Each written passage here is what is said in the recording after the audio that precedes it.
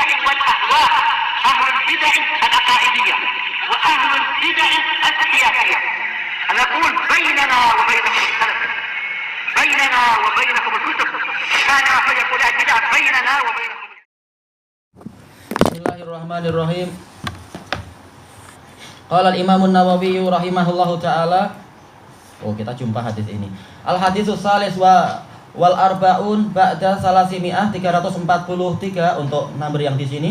Wa an Anasin radhiyallahu anhu anna Rasulullah sallallahu alaihi wasallam qala man ahabba an yubsata lahu fi rizqihi wa yunsa'alahu fi asarihi falyasil rahimah, muttafaqun alaih.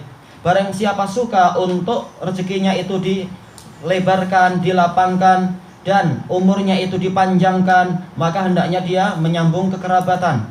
Muttafaqun alaih. Wa makna yunsa'alahu fi athari ay yu'akhkhar lahu fi ajalihi wa umurih, yaitu umurnya dipanjangkan dan ajalnya itu diakhirkan. Baik, hadis ini hadis yang sangat sahih, yaitu muttafaqun alaih.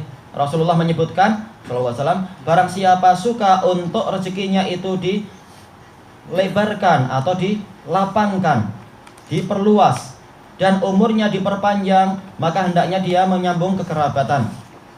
Tayyib, sekarang bagaimana kita mengkompromikan antara hadis ini dengan apa? Misalkan yaitu hadis Ummi Habibah yang diriwayatkan oleh Imam Muslim, laqad sa'altillaha an ajalin madrub wa rizkin maksum, rizkin maksum. Sungguh engkau telah meminta kepada Allah tentang apa? Ajal yang telah ditetapkan dan rezeki yang telah dibagi. Yaitu apa? Kalau kita mengatakan, ya Allah lapangkanlah rezeki saya, maka ini bertentangan. Kenapa? Karena rezeki itu sudah ditetapkan dan dibagi. Juga ya Allah panjangkanlah umur saya, ini bertentangan. Kenapa? Karena umur itu telah ditetapkan. Lalu bagaimana kita gabungkan hadis itu dengan hadis Anas di sini? Dijelaskan oleh para ulama, yang disebutkan di dalam hadis Anas ini adalah ketetapan yang ada di tangan malaikat. Di dalam apa? Catatan amalan malaikat. Allah Ta'ala sebagaimana dijelaskan oleh Imam Ibnul Qayyim rahimahullah dalam Syifa'ul Alil, Allah Ta'ala berfirman kepada para malaikat, intinya adalah apa? Kalau si hamba itu dia berbuat demikian, maka di antara pahala dunianya adalah rezekinya tambahi dia. Kenapa? Karena ini adalah bagian dari sebab. Barang siapa bekerja, dia akan dapat rezeki. Kalau enggak bekerja, boleh jadi dia enggak dapat rezeki yang diinginkan. Karena takdir itu ada, tetapi apa? Dia itu ada sebab-sebabnya. Maka di tangan malaikat takdir itu masih apa? Masih mu'allaq. Karena takdir ada dua, mubram dan mu'allaq. Takdir mu'allaq adalah takdir yang masih tergantung. Ini yang di tangan malaikat. Allah Ta'ala mewahyukan pada malaikat, kalau si fulan itu dia sedekahnya sekian, kalau dia itu silaturahimnya sekian, maka tambahi dia rezeki sekian dan panjangkan umur dia sekian. Tapi kalau dia itu rajin memutuskan kekerabatan, kalau dia itu ternyata rajin korupsi, maka kurangi umur dia sekian dan kurangi rezeki dia sekian. Kenapa? Karena di dalam hadis-hadis yang saya telah disebutkan bahwasanya Allah Ta'ala itu mencintai yang indah-indah dan baik-baik, dan kebaikan di sisi Allah tidak didapatkan dengan cara maksiat. Berarti kalau orang rajin maksiat bukan tambah rezeki, tapi apa? Justru semakin berkurang rezekinya. Tapi dohirnya dia kaya, itu baru awalnya. Tapi ujung-ujungnya adalah sebenarnya dia adalah rugi. Tidak banyak rezekinya sebanyak orang-orang yang baik. Makanya di dalam hadis Ibnu Mas'ud justru Rasulullah SAW bersabda, apa itu? Wala yuksiru ahadun fir riba illa kana akhiru amrihi ila qillah. Tidaklah seseorang itu memperbanyak riba kecuali akhir urusan dia justru menyebabkan hartanya semakin sedikit. Ini adalah apa? Terkait dengan apa? Takdir yang di tangan malaikat. Mu'allaq, takdir mu'allaq. Adapun yang takdir mubram, ini adalah perkara yang hanya Allah yang tahu dan Allah telah menetapkan itu, dan malaikat tidak tahu. Tidak tahu sebenarnya kenyataannya dan hakikatnya nanti hamba ini akan berbuat apa, hanya Allah yang tahu dan Allah menetapkan. Tayyib, berarti hadis yang di hadapan kita ini, hadis Anas ini terkait dengan apa? Takdir mu'allaq. Dan inilah yang harus kita kerjakan dalam kehidupan sehari-hari, yaitu apa? Al-akhdhu bil asbab. Disyariatkan untuk mencari sebab.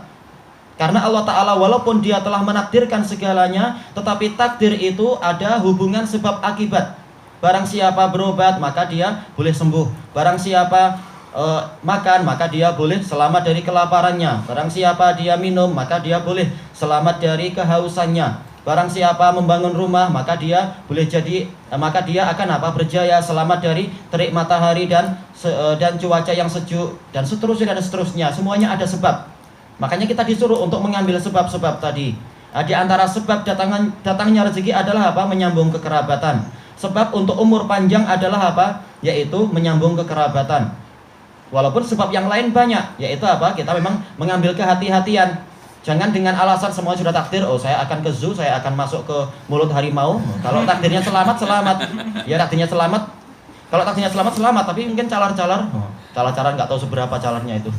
Banyak yang kena makan. Nah, kenapa? Walaupun semuanya itu dengan takdir, tetapi apa? Takdir Allah itu ada hubungan sebab akibat. Inilah yang dikatakan sebagai sunnatullah, walang tajida li sunnatillahi tabdila. Ini adalah kebiasaan Allah, yaitu meletakkan segalanya pada apa? Hubungan sebab akibat, dan engkau tidak akan mendapatkan apa itu sunnatullah itu ada perubahannya. Barang siapa meletakkan tangan ke api, dia akan terbakar. Ini sunnatullah. Demikian pula apa? Barang siapa memasukkan tangannya ke air, maka dia akan basah. Ini sunnatullah. Dan tidak akan kita mendapatkan perubahan dari sunnatullah kecuali sebagaimana dalil-dalil yang lain, dalil yang umum itu akan dikhususkan karena apa? Hikmah tertentu. Kecuali karena Allah ingin menolong walinya, yaitu siapa? Nabi Ibrahim. Ini case yang boleh jadi hanya satu dalam 1 billion. Jangan kita berdalilkan dengan 1 billion itu untuk apa? Membatalkan case-case yang lain, membatalkan apa? Keumuman dalil. Nggak boleh kita mengatakan, oh Nabi Ibrahim juga selamat. Kita katakan itu hanya apa? 1 billion boleh jadi dari apa? Case yang ada. Sementara 9 berapa 999 juta atau lebih per 1 bilionnya adalah orang yang masuk ke dalam api, dia akan masak. Maka jangan kita mengambil yang sedikit demi apa? Meninggalkan sesuatu yang ma'ruf, sesuatu yang mayoritas hukumnya itu. Karena hukum dibangun di atas apa? Perkara yang dominan.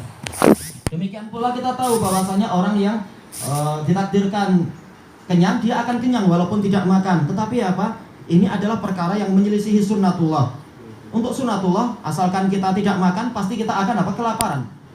Jangan berdalilkan dengan apa? Case yang sangat sedikit untuk apa? Untuk mengalahkan case yang sudah biasa terjadi. Karena yang umum terjadi adalah yang sunnatullah. Yang jarang terjadi yaitu mukjizat, itu bukan dalil untuk kita. Itu untuk makhluk tertentu yang Allah inginkan. Seperti Nabi Ibrahim tadi, dan juga seperti siapa itu? Abu Muslim Al-Khawlani dan lain-lain yang Allah Ta'ala selamatkan dari api. Itu adalah case yang sangat jarang. Untuk kita jalani kehidupan seperti manusia biasa. Rasulullah pun walaupun beliau adalah dijamin ditolong, ketika dalam perang Uhud beliau justru apa? Beliau memakai 2 lapis baju besi. Tidak apa semata-mata berdalilkan dengan takdir. Intinya adalah apa? Dalam rangka mencari rezeki memang harus ada apa? Ada sebab-sebab yang ditempuh, bukan hanya diam diri saja. Di antara sebabnya adalah menyambung kekerabatan. Dan inilah yang diinginkan oleh Imam An-Nawawi di sini, bahwasanya di antara fadilah silaturahim adalah apa? Yaitu bastur rizq, yaitu dilapangkan rezekinya, dan apa itu? Itolatul umurnya itu dipanjangkan. Dan ini adalah apa? Menunjukkan bahwasanya di antara syariat ada amalan-amalan yang menyebabkan manusia itu suka. Di antaranya adalah apa? Namanya menyambung kekerabatan. Hukum asalnya adalah menyenangkan. Kita datang ke sana, paling nggak kita dapat apa? 1 cawan teh barangkali, atau dapat biskuit, atau beberapa keuntungan-keuntungan yang lain. Walaupun apa? Tetap yang namanya ujian itu ada. Dan juga apa? Rezeki akan bertambah selain itu semua, selain rezeki sebagai tamu. Demikian pula umurnya akan diperpanjang. Baik, kemudian, dan ini adalah mujarab sampai sekarang, terbukti selalu demikian untuk orang-orang yang beriman dan yakin. Untuk masalah dipanjangkan umurnya ini bagaimana? Terjadi perselisihan di kalangan para syurah. Ada yang mengatakan sesuai dengan dohirnya, sementara Rasulullah bersabda adalah sesuai dengan dohir, yaitu apa? Memang umurnya diperpanjang, tapi ini yang di tangan malaikat. Adapun di dalam catatan Lauhul Mahfuz, Allah sudah tahu apa yang akan dia lakukan dan apa hasilnya. Allah tahu dia akan demikian sehingga umurnya memang diperpanjang dari yang pernah ditulis oleh malaikat. Allah tahu itu, atau sebaliknya. Umurnya boleh jadi lebih pendek karena dia rajin memutuskan kekerabatan. Yang lain mengatakan boleh jadi maksudnya adalah berkah, karena hakikat umur seseorang adalah keberkahannya. Berapa banyak orang yang dia umurnya itu 90 tahun, meninggalnya usia 90 tahun, tetapi seakan-akan dia itu nggak ada harganya di masyarakat. Begitu mati sudah orang nggak ingat apa-apa. Karena apa? Umurnya nggak diberkahi, nggak ada apa? Nggak ada manfaat yang pernah dirasakan oleh kaum muslimin.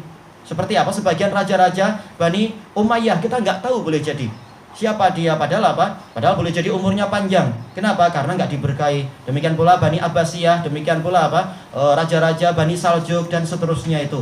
Orang-orang Turk. Banyak dari mereka yang kita nggak tahu. Tapi yang ilmunya, yang umurnya diberkahi seperti Umar bin Abdul Aziz. Oh, kenal kita dengan segala kebaikannya. Demikian pula Umar ibnul Khattab dan para Khulafaur Rasyidin yang lain dan seterusnya itu. Ternyata apa? Mereka itu umurnya diberkahi sehingga apa? Terus menerus sampai sekarang berkahnya kita rasakan. Ilmu yang sampai ke kita juga apa? Keteladanan yang baik, keadilan, kejujuran, keberanian dan seterusnya. Inilah yang namanya apa? Umur yang sebenarnya, yaitu keberkahan untuk umat. Makanya seperti disebutkan oleh Imam Ibnul Qayyim rahimahullah ta'ala di dalam kitab Miftah Daris Sa'adah, para ulama itu walaupun badan-badan mereka itu telah tertanam di bumi, tetapi apa? Seakan-akan nafas mereka terus-menerus menyertai kita.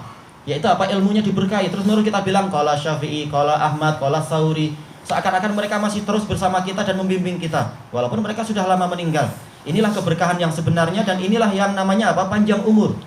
Yang betul yang mana? Para ulama mengatakan dua-duanya betul. Yang pertama adalah hissi, memang betul-betul umurnya diperpanjang dan itu boleh bagi Allah. Dan yang kedua adalah maknawi. Boleh jadi apa? Umurnya tidak sepanjang apa yang diharapkan, tetapi apa? Ternyata ilmunya itu betul-betul sampai ke kita dan terus-menerus membimbing kita seakan-akan dia masih hidup. Tayyib. Bahkan apa? Ditaati sebagaimana kata Ibnul Qayyim di dalam I'lamul Muwaqqi'in. Kalau raja, kalau dia sudah mati, kita nggak taat sama dia. Kita nggak taat sama apa? Raja-raja yang terdahulu itu. Sementara apa? Dikatakan Syekh Mukbil fatwanya begini dengan dalil gini, kita taat itu. Padahal sudah meninggal. Ini adalah apa? Keutamaan ulama. Umurnya lebih panjang daripada umur kebanyakan umara. Dari siapa? Maknawi. Ilahuna wallahu a'lam. Jadi kisah tentang seorang nabi, sudah tahu seorang amalan mati itu